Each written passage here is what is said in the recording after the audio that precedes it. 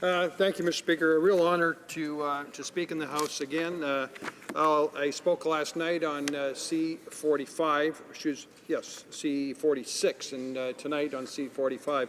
I'll be sharing my time with a member from Belchaz, Etchman Levy. Actually, that member had built C-266, dealing with impaired driving, and the Prime Minister, interestingly, had provided a letter to an organization made up of people that have lost loved ones to impaired drivers and killed by drunk drivers, impaired drivers. And they've asked for legislation, tough legislation with mandatory minimums. And the Prime Minister signed a letter prior to the election promising to introduce legislation with mandatory minimums. And 266 was that bill, and sadly, the Prime Minister has broken another promise, not supporting that. We have a legalization of cannabis, of marijuana in Canada being proposed through this bill, C-45, C-46, then deals with all the new impaired drivers that are expected to be on the road. I listened intently to the Justice Minister and to other speakers on the other side, made notes and tried to summarize what they're saying over and over and over again. Trust me, we want to keep cannabis out of the hands of children, young Canadians. We want to make sure we keep cannabis out of the hands of organized crime. And that's their motive. But this is being rushed, rammed through a promised end date of a normal 2-year process. That no, it won't be a 2-year process. It's going to be ready and in place by July 1st, Canada Day of next year. Why the rush? Why are we telling the Senate they must rush this through? The new appointed independent senators. Why are we ignoring science? Well, they said that they've consulted thousands of Canadians. We have, within this Parliament, we have former police chiefs. We have parliamentary secretary with the government is a former police chief, and clearly had a position that legalizing marijuana would not take it out of organized crime. But why the about face? Why the 180? We've seen that also with the finance minister about old age security. Making an about face once a person becomes a member of the government. It appears that the Prime Minister has an agenda to keep that as his #1 flag promise of this Parliament to legalize marijuana and to do it by July 1st of next year. So is there truth behind the claim that it'll keep cannabis out of the hands of children and young Canadians? Well, what are they proposing? That every household, including households with children, will be able to have 4 plants. And we know that 4 plants is 12 plants. 4 usable producing plants up to a meter tall. And then there's plants that are halfway toward that, 4 plants. And then also the 4 plants that have just been planted so that they can start growing and get ready for being harvested. So we know that through the medical marijuana program that 4 plants means 12 plants. So we have in homes, every home across Canada can legally have this. Is that going to keep cannabis out of the hands of children? I think a reasonable person would say, no, that doesn't make any sense. Then youth, 12 years age, up to the age of 18. 18 there and older, they're able to legally have on their possession up to 30 grams. What is 30 grams? It's 60 joints. You can, a Canadian, right now, if a Canadian is found with 60 joints, 30 grams in their possession, are they criminalized? No. I'm sure many of us have spent time with the police and see how they handle illegal drugs.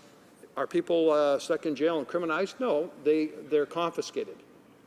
So under C-45, they won't be confiscated anymore. they'll be left. They're able to legally walk around with 60 joints in their pocket or their backpack, 18 and older. How about the 12-year-olds up to 18? They can have 5 grams legally, is what's being proposed. Is that keeping it out of the hands of our children? Absolutely not. So what this government says they're going to do and what they actually do is, and there's the proverb, a wise saying, a tree is known by its fruit. And what kind of fruit are we seeing on this, making it easier for children to have access to that? In fact, there's in many situations where children do not have access to it, they now will have access to it. Will this will it take it out of the hands of organized crime? According to the parliamentary secretary, former police chief, no, it won't. According to experts, people with law enforcement background in our caucus and in other caucuses, it will not take it out of their hands. What it'll do is, right now it's illegal, but taking it out of organized crime and getting rid of the illegal aspect of it, what is illegal now will be made legal. Therefore, that's how they're dealing with the illegality problem. And organized crime will still want to make their money in some way.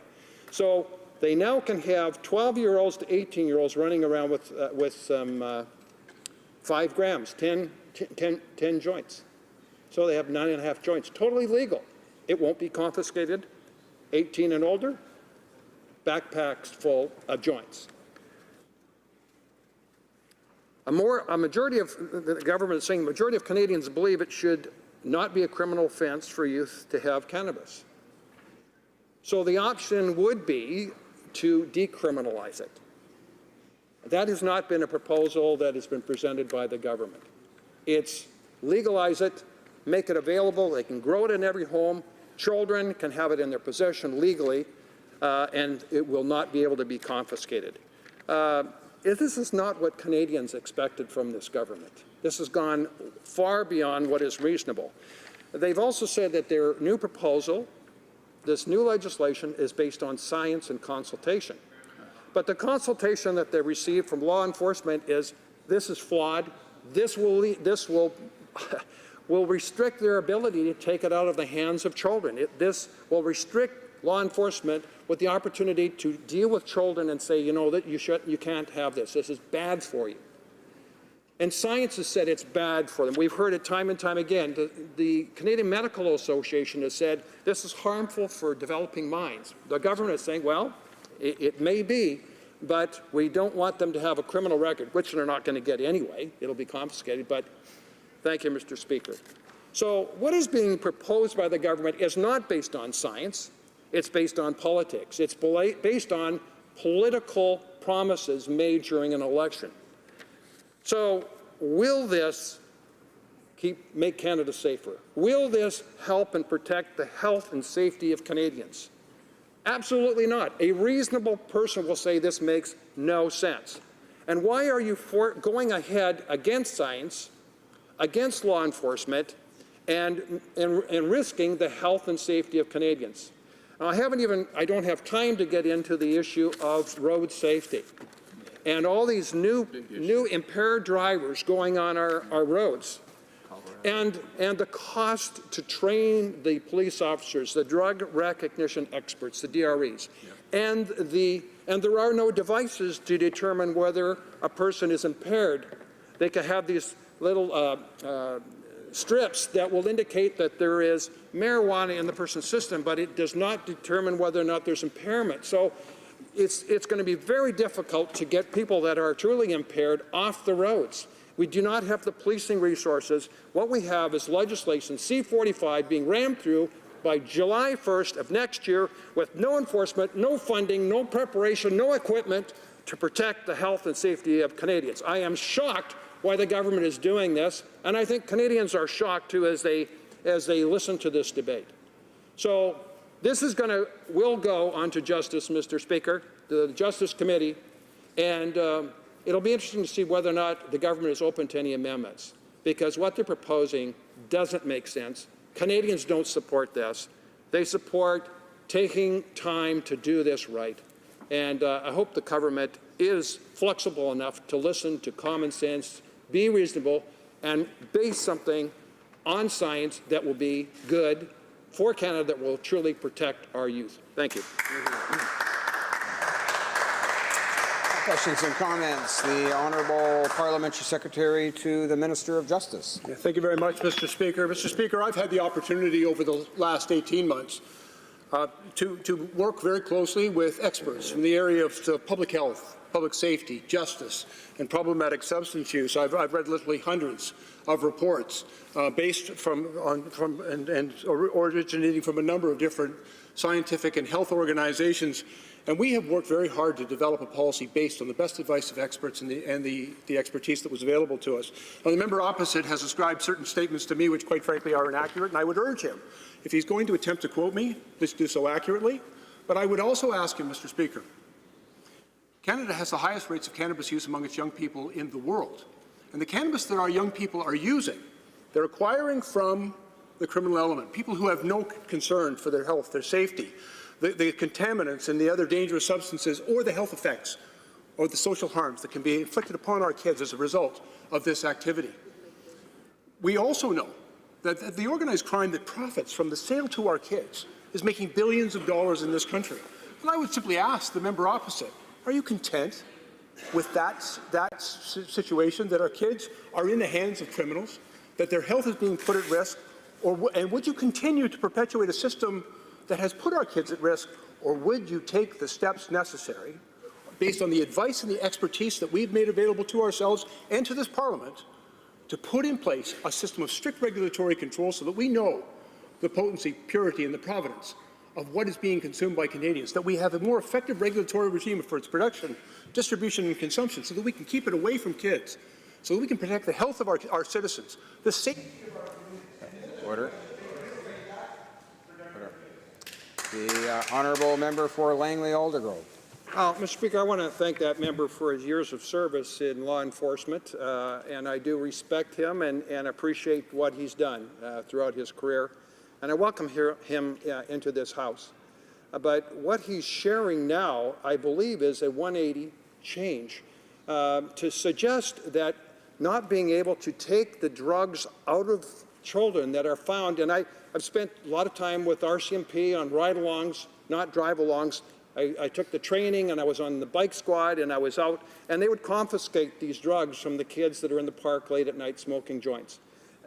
What he's proposing is that we leave those drugs with those kids.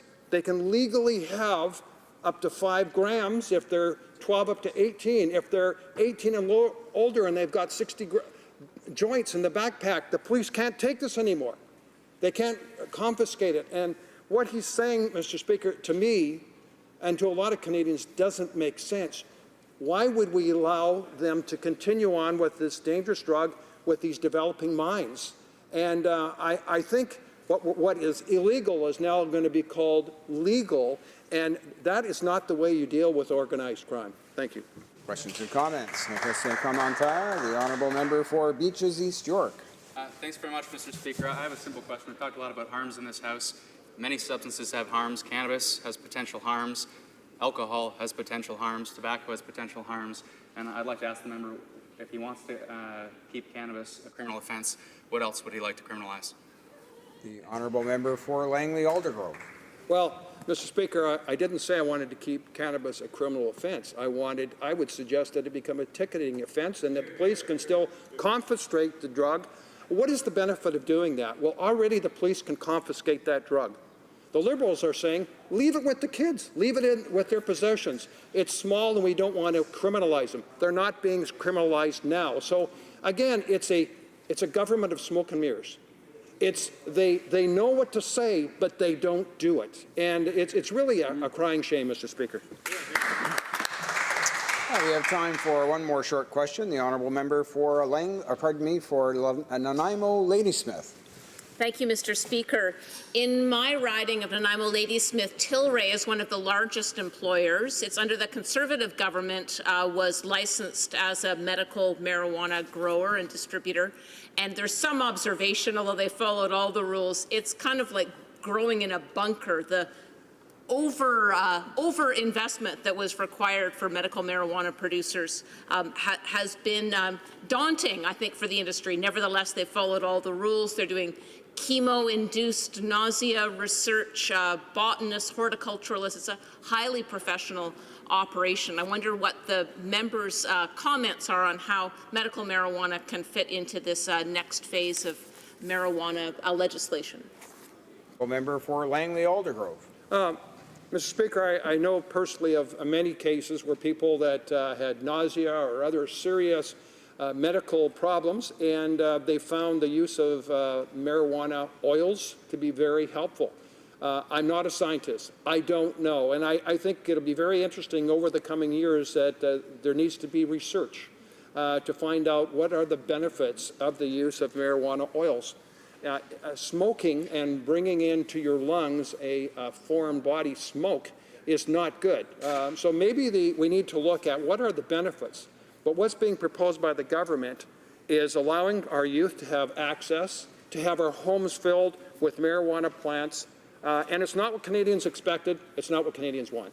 Thank you.